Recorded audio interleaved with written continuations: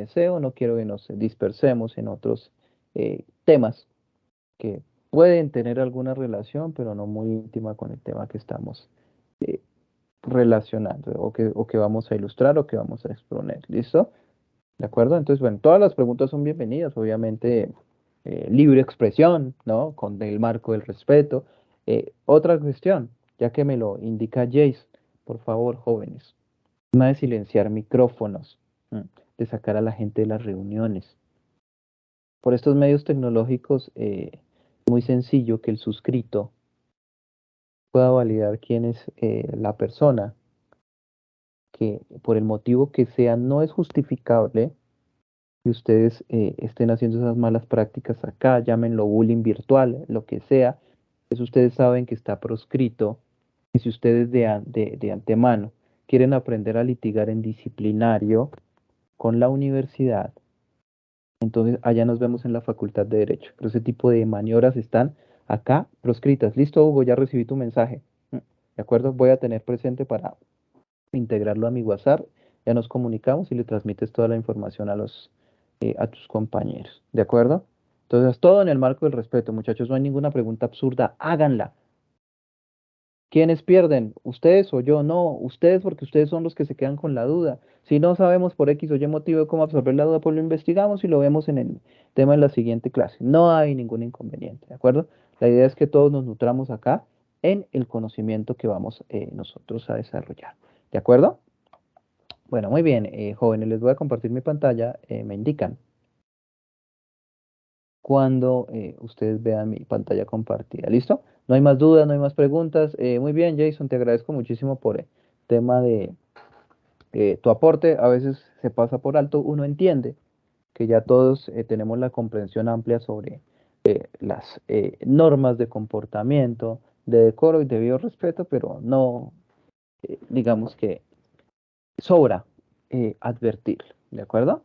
Bueno, muy bien, muchachos. Si no tienen más dudas, más preguntas, les voy a compartir el tema en mi pantalla.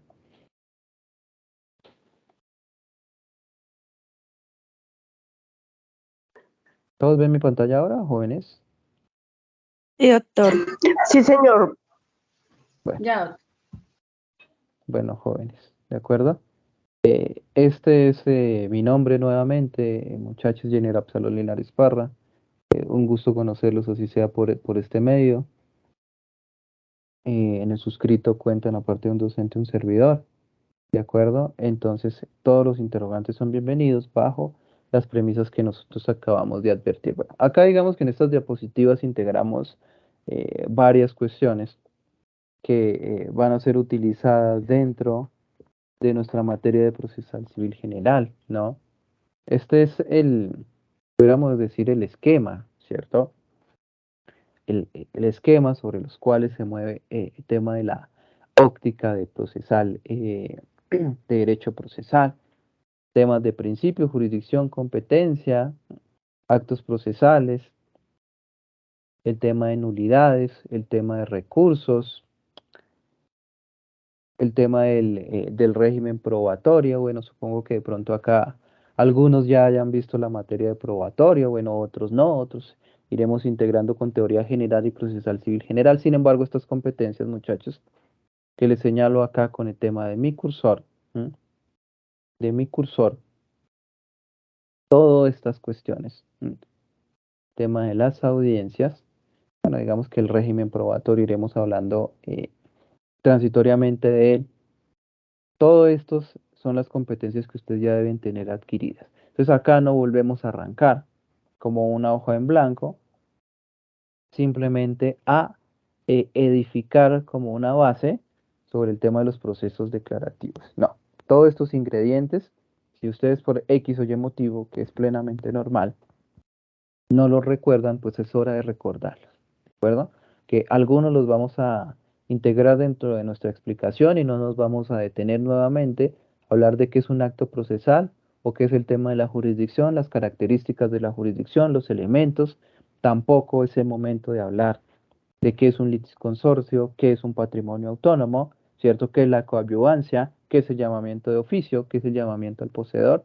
Todo eso ya lo deben ustedes tener integrado. Si por X o Y motivo muchachos, ustedes no lo recuerdan o no lo vieron, eso no es una excusa ni tampoco es culpa del profesor ni del docente, ¿no? Uno acá alcanza a estructurar los conceptos, las instituciones, para que se genere comprensión sobre la misma, pero cuando nosotros hablamos, por ejemplo, del tema del derecho de acción y contradicción, muchachos, eso es un universo muy amplio, ¿no? No solo se reduce a una facultad que nosotros tenemos como ciudadanos para acudir ante la administración de justicia, ¿cierto? Ejercitando el derecho de acción. En igual sentido, el derecho de contradicción, que no es el mismo de acción, y el derecho de contradicción, podríamos decir que se supedita al derecho de acción en el cual yo acudo a un proceso judicial no de manera voluntaria, sino tal vez de manera forzosa. Sobre ello, el doctor Hernando Davis Echandía, el doctor Hernán Fabio, el doctor Parra Quijano, bueno, todos ellos han escrito muchísimas cuestiones respecto a los mismos. Hay doctrina, hay jurisprudencia, el doctor Carneluti, Hugo Rocco, tema de las escuelas. Todo ello lo deben ustedes profundizar.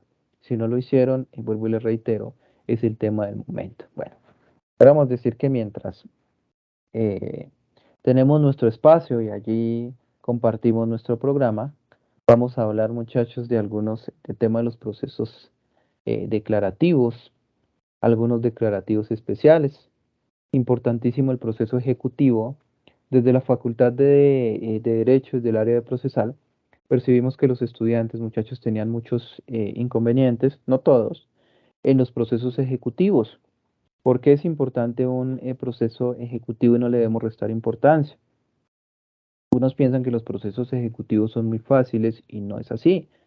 El 80% de los litigantes, aproximadamente, si no es que más, se arranca con el tema de un proceso ejecutivo. ¿M? Así es que nosotros comenzamos a tener el primer contacto profesional con un proceso ejecutivo, ¿de acuerdo? Digamos que en mi caso, ¿no? En mi caso, el primer proceso ya que tuve como abogado litigante, bueno, fue un disciplinario, pues no contra el suscrito, obviamente, sino un disciplinario con un muchacho de la Fuerza Aérea. Y posteriormente tuve un ejecutivo, ¿no? Un ejecutivo de alimentos, ¿no? Entonces, en cualquiera de las ópticas, ejecutivo de alimentos o ejecutivo por contrato de mutuo, ejecutivo singular que denominamos en el Código General del Proceso, son los procesos más habituales en los cuales nosotros nos desenvolvemos como abogados. Entonces, importantísimo hacer énfasis en el proceso ejecutivo. En el tema de los procesos liquidatorios, digamos que no entraremos a hablar demasiado del particular. Está el tema de los procesos de sucesión, los procesos de liquidación de sociedad conyugal, los procesos de liquidación de sociedad patrimonial. Bueno, todo ello dentro del marco del derecho de familia. Digamos que haremos una breve mención de los mismos. Entonces, ¿cuál es nuestra base fundamental dentro de nuestro programa? ¿No? Ustedes ya han hablado algo. Voy a permitirme pasar el tema de las diapositivas un poco brusco. Me excusan, jóvenes.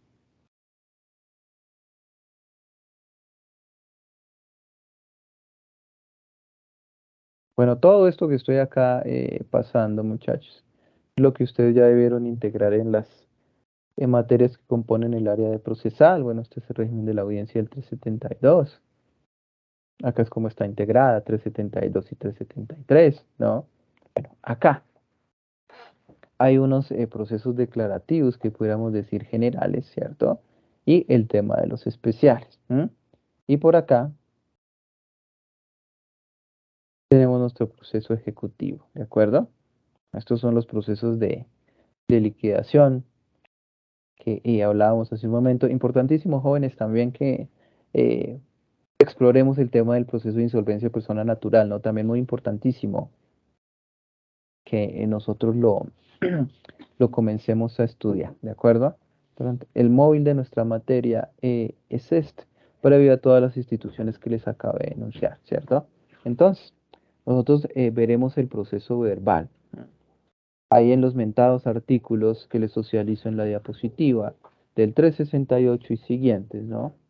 Hasta el 389, los procesos verbales sumarios, de 390 en adelante, porque esos son los procesos en virtud de los cuales se tramitan diferentes controversias. Por ejemplo, a través del proceso verbal se tramita el proceso de pertenencia, muy habitual, ¿cierto? Donde vemos nosotros diferentes, por decirlo así, se denominan vallas, pero para contextualizarlo, avisos dentro de bienes inmuebles, en la fachada, bajo el principio de publicidad, de fondo blanco, letra negra, artículo 375 del Código General del Proceso, se cita a todas las personas que se crean con derechos sobre el bien objeto de la pertenencia, ponen las partes, los linderos, etcétera, ¿de acuerdo?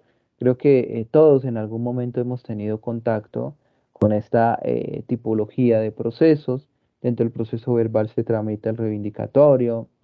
Dentro del proceso verbal, podríamos decir, se tramita el tema de la entrega del tradente al adquirente, tema de la resolución de contrato de compra-venta, etcétera, ¿no? Podríamos decir que bajo este proceso verbal, muchachos, dentro de las diferencias que nosotros podemos encontrar con el proceso verbal sumario, son estas, ¿no? Que entraremos a explicarlo. Acá una cuestión muy relevante es que dentro del verbal se tramitan dos audiencias, lo que ustedes les explicaron en procesal civil general, ¿cierto? Que se comporta de una fase de secciones previas, de una conciliación, del interrogatorio, de la fijación del litigio, etcétera, etcétera, ¿cierto? Mientras en el verbal sumario se concentra bajo una sola audiencia, donde todas estas etapas que ventilamos acá lo hacemos en una sola diligencia. Generalmente los procesos verbales sumarios son de única instancia, los verbales son de doble instancia. ¿Por qué? Porque en los verbales sumarios se tramitan los procesos de menor entidad, es decir, los procesos de mínima cuantía, mientras en los verbales, pudiéramos decir por regla general, se tramitan los de menor y mayor cuantía. ¿De acuerdo? Entonces veremos el tema de las diferencias puntuales entre uno y otro, qué tipo de asuntos se tramitan acá. Por ejemplo, la novedad que tenemos dentro de estos procesos verbales sumarios.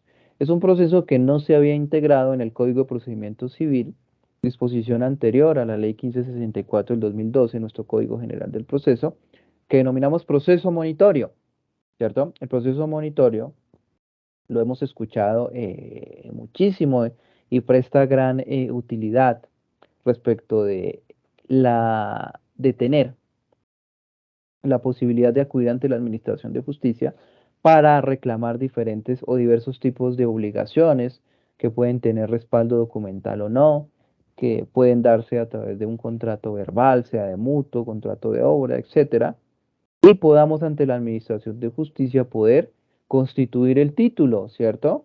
Lograr probarle al juez de instancia que efectivamente existió la prestación económica, que de mi patrimonio egresó determinada cifra líquida de dinero o por la prestación de un servicio emergió una obligación de que usted me cancelara X o Y emolumento y poderla reclamar a través del proceso monitorio, donde una vez cuente con sentencia favorable, podré iniciar el proceso ejecutivo a continuación, ¿cierto? ¿Y cuál sería el tema de la sentencia? Sería mi título ejecutivo, ¿cierto? Mi título ejecutivo, ojo, no título valor, título ejecutivo. Las sentencias son título ejecutivo, prestan mérito ejecutivo, hacen tránsito a cosas juzgadas y una vez yo cuente con sentencia, pues podré iniciar a continuación el proceso ejecutivo donde pueda cautelar los bienes de quién, de mi contraparte, el que resultó ser vencido en juicio. ¿Estamos claros? Explicaremos ya de manera puntual entre uno y otro. Explicaremos, jóvenes, las diferentes etapas que tiene dentro del proceso verbal. Demanda, contestación y prueba, ¿no? Que pudiéramos decir que es una etapa de carácter introductoria o una etapa inicial. El proceso verbal inicia a través de actuaciones escritas. Entonces, nuestro modelo de proceso en Colombia es de carácter mixto. Tiene unas actuaciones que se surten de manera escritural y otras actuaciones que se surten de manera oral, ¿cierto? Que es la potencia del Código General del Proceso, bajo los principios o preceptos de ¿qué? De celeridad procesal, ¿cierto? La celeridad, la oralidad, tal vez son los principios más importantes del Código General del Proceso, ¿de acuerdo? Eh, Dos, el tema de de la segunda etapa, podríamos decir que se denomina etapa de debate oral, ¿cierto? Como lo ilustramos en el tema de la diapositiva y lo entraremos a profundizar, se comporta ya el tema de las audiencias, ¿cierto? La audiencia inicial y la audiencia de instrucción y juzgamiento. Audiencia del artículo 372 y 373 del Código General del Proceso. ¿Alguien recuerda cómo están integradas esas etapas que a pesar de que ya se las mencioné acá en en la diapositiva, cada uno de nosotros en este momento debemos tener la capacidad de identificarlas, cada una de ellas, ¿no? Porque en el proceso de carácter sumario es totalmente diferente y entraremos a explicar, ¿de acuerdo? ¿Alguien lo recuerda, jóvenes? El tema de la audiencia inicial y la instrucción y juzgamiento. ¿Alguien recuerda el régimen de asistencia e inasistencia? ¿Alguien recuerda qué es eso de la fijación del litigio? ¿Qué es eso del saneamiento? ¿Mm? ¿Sí lo recuerdan o no lo recuerdan, jóvenes? Bueno, en este momento no estoy viendo quién me levanta la mano, ¿de acuerdo? Entonces, si usted bueno, acá lo hago de esta manera. ¿Alguien lo recuerda, jóvenes? ¿Qué se hace, por ejemplo, en el tema de bueno, la conciliación? Ya sabemos todo qué es el tema de la conciliación, ¿no? La ley 2220 del año 2022 les recomiendo que se la lean. Ah, importantísimo. Hugo, por favor, atenta nota, mi estimado doctor. La primera tarea, Hugo, Doctor, leérsela. Muy bien, Hugo. Hugo, la ley 2220 del 2022, por favor, leérsela toda en su integridad. ¿De acuerdo? Tiene muchísimo que ver con procesal civil especial porque se establecen unas modificaciones tangenciales a la ley 640 donde establece otros requisitos de la conciliación, donde establece la conciliación como la teníamos antes bajo algunas ópticas como requisito de procedibilidad. ¿De acuerdo, Hugo? De todas maneras, ustedes la encuentran de manera muy sencilla googleando. El suscrito también les carga esa información en el campus virtual. ¿De acuerdo? No vamos a obviar absolutamente nada. Todo el programa lo vamos a agotar al 100%. Esa es nuestro ideal. Y si el tiempo no lo permite, hablaremos de algunas otras cuestiones de carácter interesante. ¿Estamos claros? Que todo es interesante, ¿no? Pero algunas novedades que podamos incluir acá dentro de Procesal Civil Especial. ¿Listo, Hugo?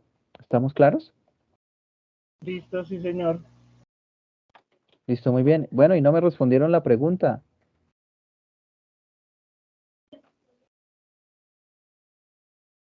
Doctor, pues no es el artículo 373 del Código General del Proceso, o estoy confundido. ¿Cómo así, doctor? Repíteme tranquilo, no te preocupes. Las etapas de la audiencia no son el artículo 372 y 373 del Código General del Proceso, o estoy Sí. equivocado. No, bueno, no, digamos que sí y no, doctor. Digamos que no equivocado. Hay que profundizar en el tema de tu respuesta. Entonces, son dos audiencias diferentes, ¿no? La composición es totalmente distinta. Entonces, en la audiencia inicial se adelantan determinadas etapas y en la instrucción y juzgamiento otras, ¿cierto? Entonces, pudiéramos decir que en el tema de la audiencia inicial se adelanta en el tema de los interrogatorios, ¿cierto? ¿Interrogatorios a quién? A las partes. En la audiencia de instrucción y juzgamiento se practican las demás pruebas diferentes a los interrogatorios a las partes, ¿cierto? Testigos, peritos, exhibiciones de documentos, declaración de documentos, si da lugar, se alega de conclusión y el juez emite el tema de la sentencia. ¿M? Eso es lo que comporta alguna diferencia entre la audiencia inicial y la de instrucción y juzgamiento. La audiencia inicial es la apertura a la oralidad dentro del proceso verbal, donde el juez fija fecha y hora para adelantar la citada diligencia, donde esa fijación de fecha y hora, como ustedes bien lo saben, no tiene recurso alguno. La fijación de fecha y hora para audiencia no tiene recurso alguno. ¿Eso de qué depende? De la carga laboral del juez, de la agenda del juez. Se avisa con anticipación. Entonces, frente a ese tópico, pudiéramos decir que no hay objeción. Respecto de lo que sí cabe objeciones sobre otros puntos dentro del auto que ya entraremos a hablar. Entonces, en la audiencia inicial, ¿qué etapas se evacúan dentro de la misma? ¿Quién recuerda? Cualquier etapa. Profe, disculpe, buenas noches. Buenas En noches, doctora. la primera etapa se declara pues la que el interrogatorio de las partes. Se fija que las pruebas de la parte demandante, las pruebas de la parte demandada, que se tienen en cuenta, que no se tienen en cuenta. También en esa primera audiencia puede el juez determinar si desestima o no desestima algunas pruebas. Eso pues es realmente lo que yo recuerdo. Bueno, sí. Bueno, muy bien. ¿Quién más?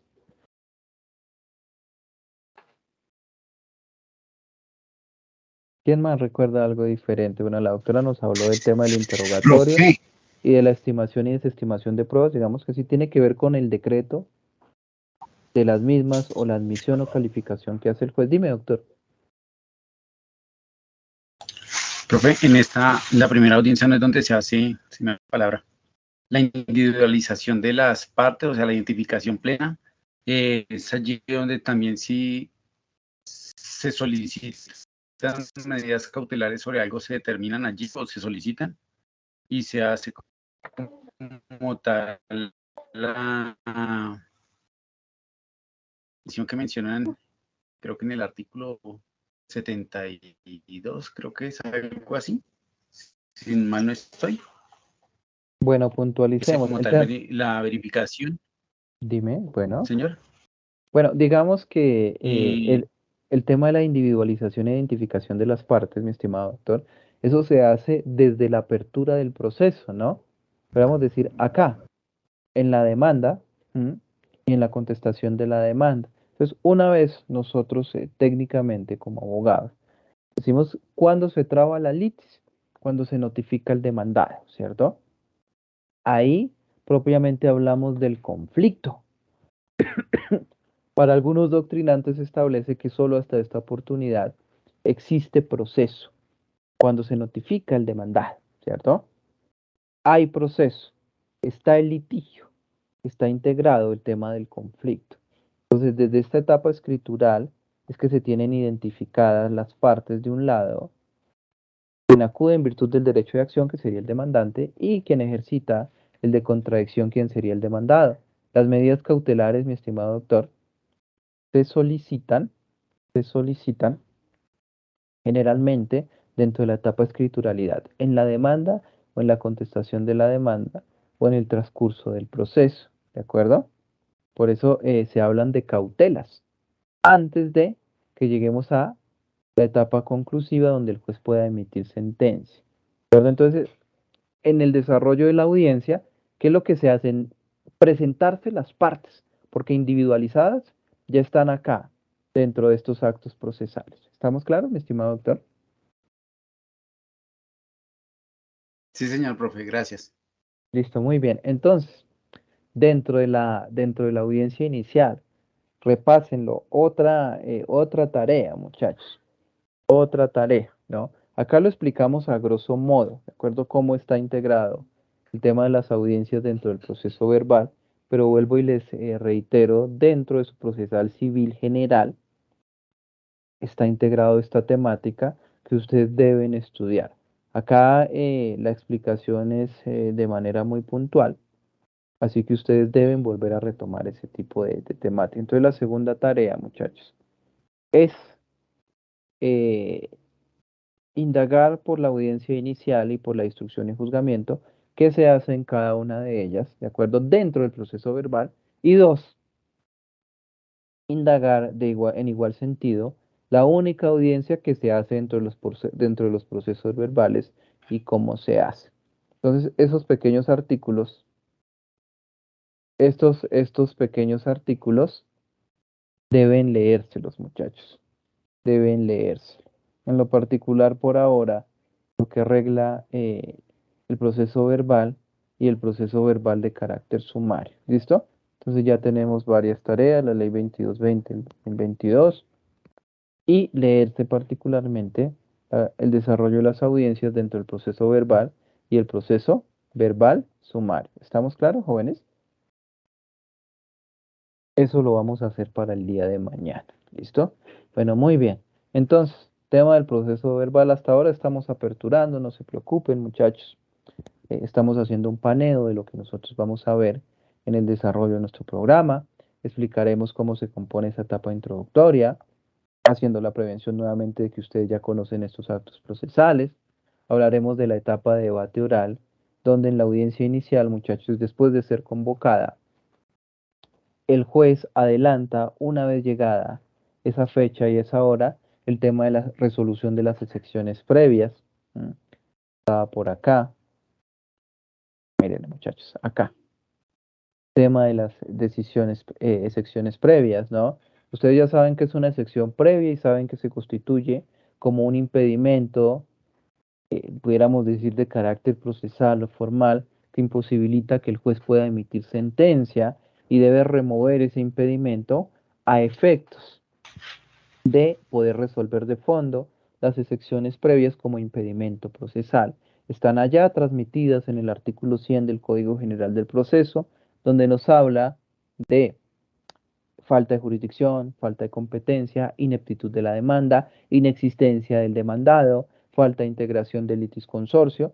Todas ellas son excepciones previas y están enlistadas de manera taxativa, ¿cierto? Entonces ya saben que las excepciones previas se presentan en cuaderno separado y aquí, dentro de las excepciones previas, jóvenes,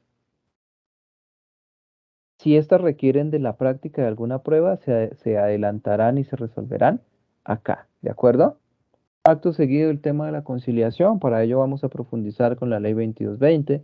Todos sabemos que es un mecanismo alternativo en la solución de conflictos, donde en el escenario judicial el juez busca un acercamiento entre las partes que estén en contienda para buscar un acuerdo, una negociación que ponga fin al conflicto de manera anticipada sin llegar hasta dónde, hasta acá, hasta la sentencia, donde la conciliación judicial, de ser efectiva, tiene los mismos efectos que una sentencia, inclusive la prejudicial. Hace tránsito a cosa juzgada, es decir, pone fin al conflicto y eso significa que no podrá volverse a adelantar ante la Administración de Justicia un conflicto semejante por los mismos hechos y derechos y entre las mismas partes. Y presta mérito ejecutivo, es decir, que esa conciliación, sea judicial o extrajudicial, el acta como tal, permite a la parte que sea cumplidor de las obligaciones integradas dentro de la misma, poder exigirlas, ¿cierto?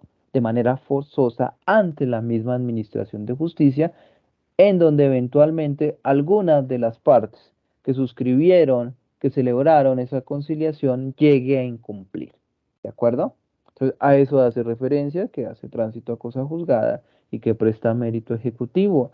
El tema del interrogatorio de parte, jóvenes, lo profundizan ustedes y me cuentan el día de mañana. El interrogatorio de parte hace referencia a la exposición de los hechos que hace cada uno de los sujetos procesales, ¿cierto? Demandante, demandado, llamado en garantía, llamamiento a poseedores, etcétera. Todos los que se consideren partes. ¿Quiénes son partes dentro del proceso?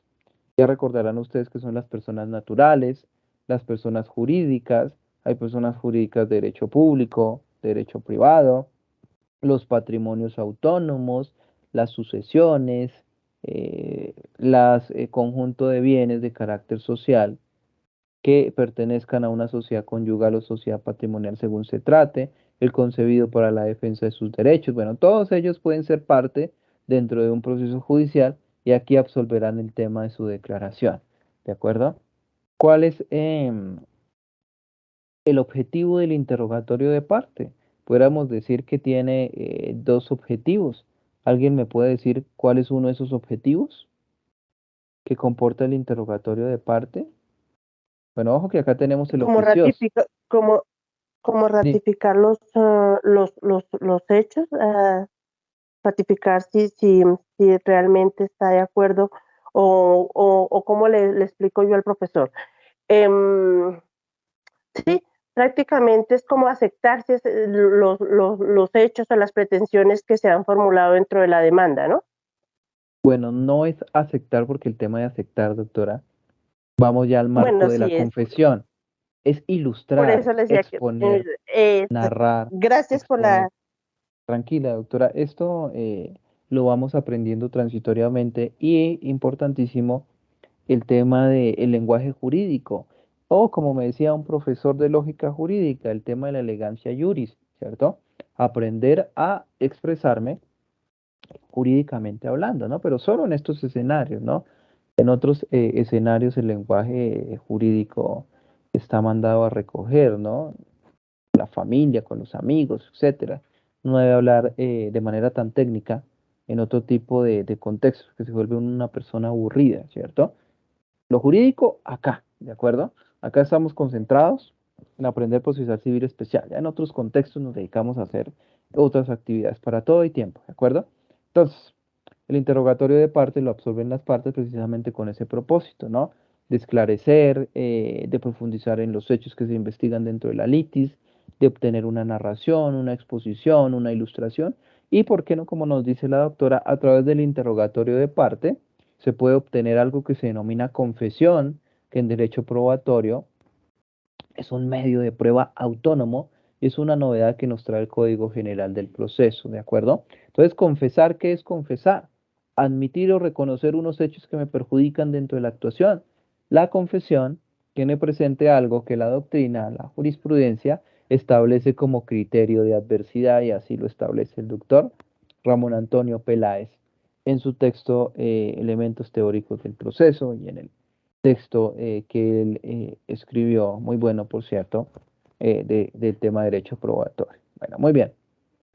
Entonces, generalmente esto, doctores, varía dependiendo del manejo del juez, ¿no? Generalmente, bueno, pues digamos que por la práctica, muchos jueces arrancan por el interrogatorio oficioso. ¿Cuál es ese interrogatorio oficioso, jóvenes? Pues el que hace el juez, ¿cierto? El juez comienza a preguntarle al demandante, le pregunta al demandante sobre los hechos que generaron el litigio, sobre los hechos que le constan, sobre los hechos que tuvo conocimiento, sobre los hechos que participó, sobre los hechos en los que participó de manera indirecta, etcétera, y posteriormente pone a disposición la parte para que el profesional del derecho le formule las preguntas que a bien tenga a efectos de lograr el tema de la confesión, ¿de acuerdo? Entonces, generalmente ese es el tema de la óptica. El interrogatorio oficioso, el juez lo desarrolla no para lograr la confesión, sino para esclarecer los hechos que se investigan y el de parte, ¿cierto? El que yo solicito como abogado a mi contraparte, se hace con el objetivo de lograr la confesión de que usted admita o acepta un hecho que le es adverso, ¿de acuerdo? El tema de la fijación del litigio, ¿qué se hace allí, jóvenes? ¿Qué recuerdan que se hace allí en la fijación del litigio?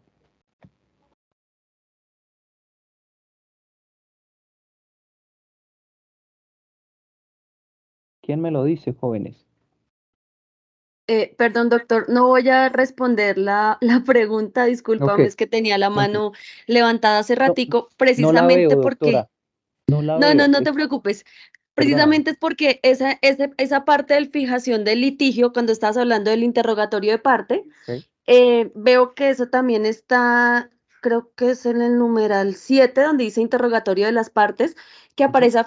aparece fijación del litigio, pero tengo cierto conflicto con eso porque es que yo no logro comprender de qué se trata la fijación del litigio. O sea, leo por un lado, leo por otro y dice como una cosa, dice la otra. Entonces, discúlpame, de verdad no sé si es que no he escuchado bien o no he leído bien, pero ese concepto de verdad que no he podido comprenderle el tema de la fijación del litigio. Bueno, vamos a. ¿Cuál es tu nombre, doctora? Es que no estoy viendo quién me está hablando, Leslie, perdóname. doctor. Mi nombre es Leslie, ok. Leslie Salamanca. Listo. Ok, cuando esté presentando, no hago esto de manera habitual con las diapositivas, ¿de acuerdo? Generalmente, bueno, prendo la cámara, interactuamos. Las diapositivas solo es para contextual. Igual las diapositivas van a estar allí en el campus virtual para que ustedes las aprovechen para su objeto de estudio, no hay ningún inconveniente. Obviamente respetando ustedes el tema de los derechos de autor, que esas diapositivas las estructuré Gracias, doctor, para, son de mucho apoyo. sí, claro que sí, muchachos, eso, creo que me lo decía, bueno, hace poco en una capacitación en procesos de insolvencia, un docente, ¿no? Nos decía, ¿no? Es que yo alguna vez escuché a un profesor de alta dignidad, ¿no? Bueno, eso es, estar en este ejercicio es por amor hacia la academia, por amor propio, y por supuesto se hace con toda la dignidad del caso, todo el rigor. Les decía, no, es que yo no les puedo decir a mis estudiantes todo, yo me tengo que guardar algo para mí. Y decía él, esa conducta que hacía el docente, ¿m? Era robar el conocimiento, ¿cierto? Lo decía con ímpetu, es que usted está robando conocimiento, ¿no? Porque quien no transmite todo el conocimiento es un ladrón del mismo, ¿no? Y el conocimiento de absolutamente nada sirve, muchachos, si yo no lo comparto, no lo transmito, no lo integro en ese tipo de escenarios. Acá se trata de dialogar, de que todos aprendamos de las experiencias, de sus vivencias, de sus criterios, de sus preguntas. De todo ello, muchachos, nosotros aprendemos, ¿de acuerdo? Entonces, el tema de la fijación del litigio. ¿Alguien sabe qué es la fijación del litigio, muchachos? Les pregunto, bueno, si alguien sabe, por favor, active el micrófono y nos da una breve idea, porque no le estoy viendo quién está levantando la mano, así como la doctora Leslie, simplemente los escucho y aproximamos, integramos. A ver, Profe, Profe, no es dime. la, buenas no, noches. no hay donde se... Bueno, uno por uno. Todos hablamos. Sé que les dije lo de la mano, pero Dale, tranquila, dale, Joana. exceptuémoslo ahora porque no los estoy viendo, ¿de acuerdo? Bueno, esa es la dificultad que tengo acá cuando les estoy compartiendo pantalla. Creo que ustedes me están viendo en la cámara, pero bueno, yo no los estoy viendo ahora, pero es algo temporal, no se preocupen. Listo. Bueno, Joana, escuché, había otro doctor y creo que otro doctor. ¿Listo? Entonces vamos en orden, ustedes mismos lo establecen, no hay lío. A ver, doctora Joana. Vale, bueno, la fijación del litigio es como cuando el juez ya, después de escuchar el interrogatorio de parte, el interrogatorio juicioso, ya como que determina cuál es el hecho que se va a hacer sobre que se va a hacer el litigio, pues cuáles son las partes implicadas y como que ya centra en qué se va pues realizar todo el proceso ejecutivo que se esté realizando. Es lo que Bueno, entiendo sobre la fijación. bueno, no el proceso ejecutivo, cualquier proceso. Cualquiera. ¿Listo, doctora? Bueno, hay una razón jurídica, ya escucho a los otros dos doctores, y ven mi cursor, para que esto, el interrogatorio, ¿cierto? Se surta antes de la fijación del litigio. ¿Listo?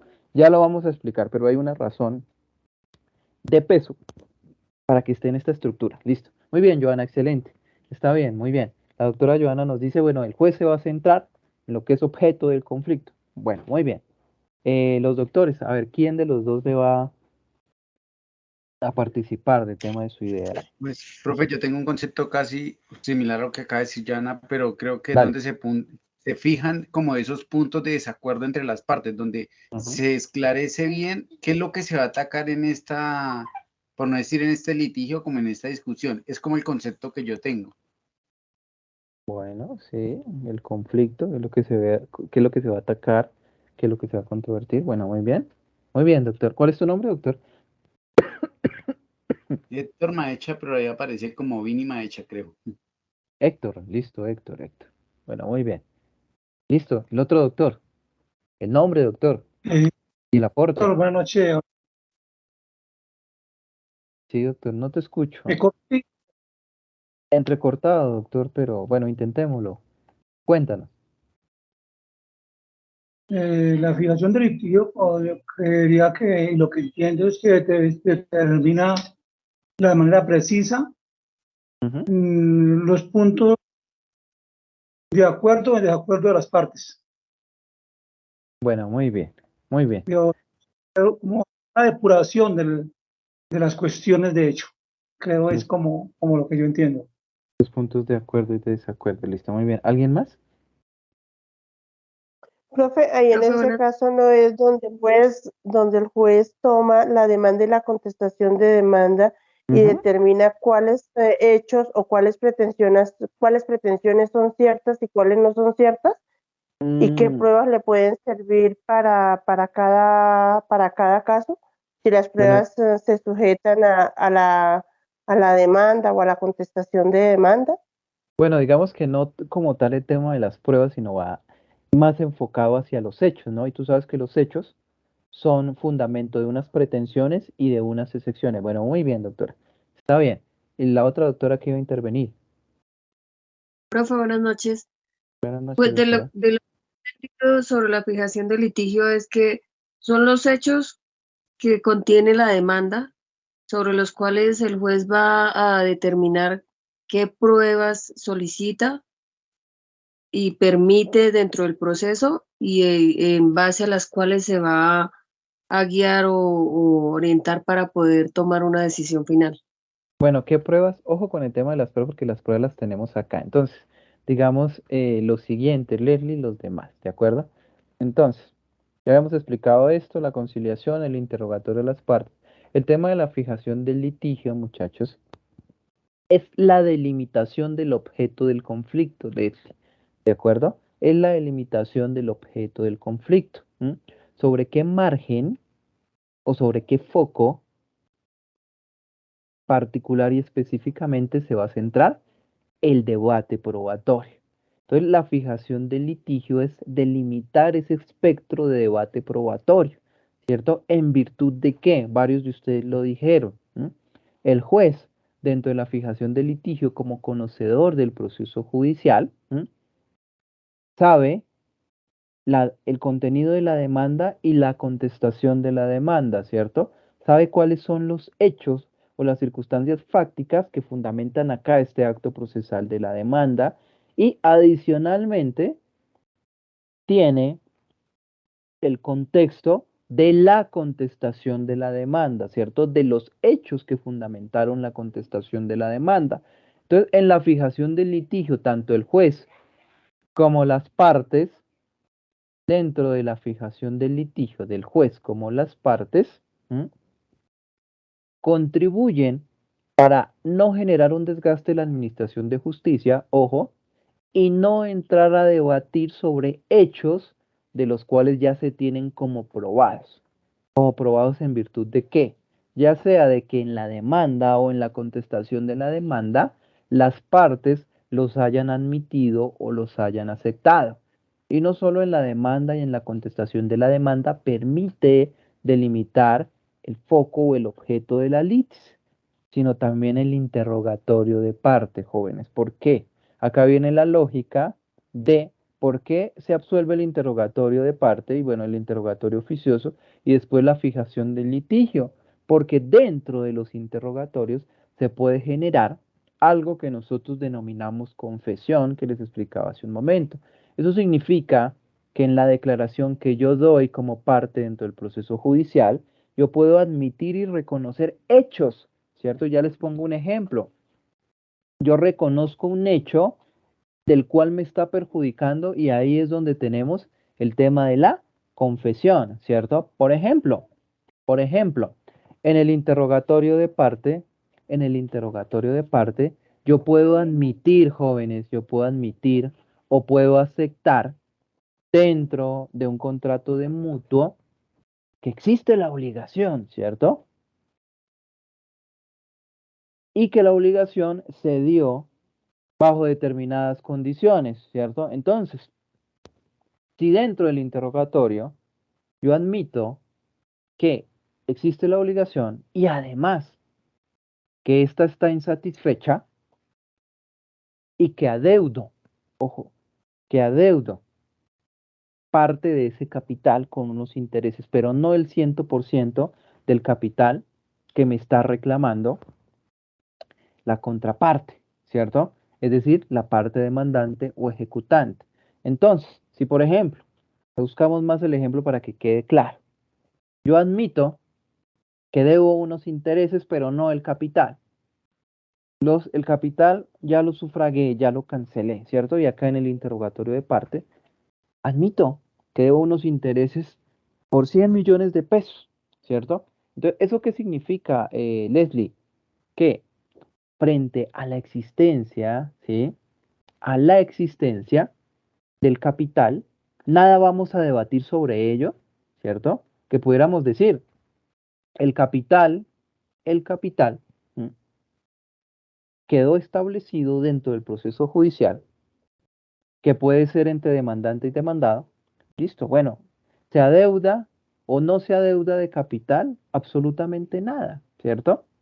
Entonces, el capital es una circunstancia que no vamos a entrar a debatir, porque yo ya admití, o el demandante pudo haber admitido, sí, él solo me adeuda los intereses, el capital no. Entonces, que se presentó el tema de la confesión sobre un hecho que perjudica a la parte demandante. Es decir, yo reclamaba 200 millones de pesos, 100 de capital y 100 de intereses, manejándolo en cifra cerrada. Pero como demandante dije, no, en realidad él ya me canceló el capital, me adeuda unos intereses, ¿no? Hay una confesión de carácter parcial porque es un hecho que para mí como demandante me perjudica dentro de la actuación, porque yo ya admití y reconocí los términos de la obligación y la condición en la cual se encuentra en la actualidad. Es decir, usted tiene una cifra pendiente, pero no por los 200 millones que yo estaba reclamando inicialmente, sino únicamente ¿por qué? Por la fracción, por la mitad de lo que yo reclamaba, contentivo de 100 millones de pesos por los intereses de esa obligación.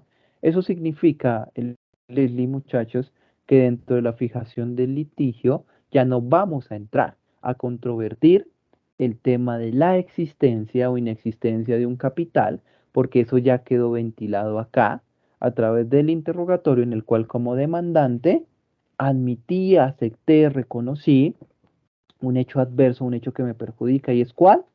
Que el capital no se adeuda absolutamente ningún emolumento, ¿de acuerdo? Por ello es que la fijación del litigio va a comprimir el objeto de debate. Lo vamos a reducir para no generar un desgaste en la administración de justicia, que para qué vamos a entrar a discutir sobre un capital, ¿cierto? En el cual usted o ya quedó demostrado o admitido o quedó probado o acreditado que el capital ya no va a ser objeto de discordia, objeto de discusión acá, jóvenes, en la práctica de pruebas. Entonces, eso es la fijación del litigio, que el juez establezca cuáles de todo el universo de los hechos que componen el proceso se tienen ya como probados y demostrados. Los hechos que se tengan como probados y demostrados, en el ejemplo que vimos del proceso ejecutivo, ya no van a ser objeto de debate o de discusión dentro de la práctica de las pruebas. Por eso decimos que el juez fija el litigio. El hecho 1, el hecho 3, el hecho 5, el hecho 7, ya los tenemos como probados. Vamos a debatir el hecho 2, el hecho 4, el hecho 6. Esos son los que todavía existe desacuerdo entre las partes y por ello requiere de la práctica de unas pruebas para que, intermediando el juez allí en esa práctica de las pruebas y después de escuchadas a las partes en alegaciones de conclusión, pueda emitir su sentencia. Pero su sentencia la va a emitir respecto de la fijación de los hechos, objeto de discordia, objeto de debate. Bueno, ¿me hice entender, jóvenes? Sí, doctor. Claro Ahora que sí, sí. profe.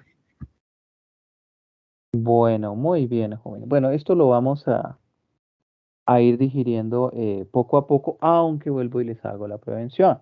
Estas cuestiones ustedes las deben profundizar porque acá hacemos un desarrollo muy somero de esto. Bueno, muy bien. Bueno, jóvenes, entonces mañana continuamos. Entonces mañana les pido encarecidamente lo siguiente. Por favor, lean los artículos del proceso verbal y verbal sumario. Mañana los agotamos y arrancamos a ver el tema de los procesos, ¿de acuerdo? Entonces, léanse los artículos y comiencen a leerse el Estatuto de la Conciliación, porque eso es algo que les voy a dejar como trabajo autónomo y lo voy a preguntar dentro del examen. ¿Listo? Estamos claros. Deben leérselo todo, absolutamente todo. La doctora, creo que era Diana, estaba haciendo el favor de grabar. Doctora, puedes en este momento detener la grabación para que no quede secuenciada ni cortada, que sea ella la persona que la inició, para que me haga el amable favor de detenerla, ya el día de mañana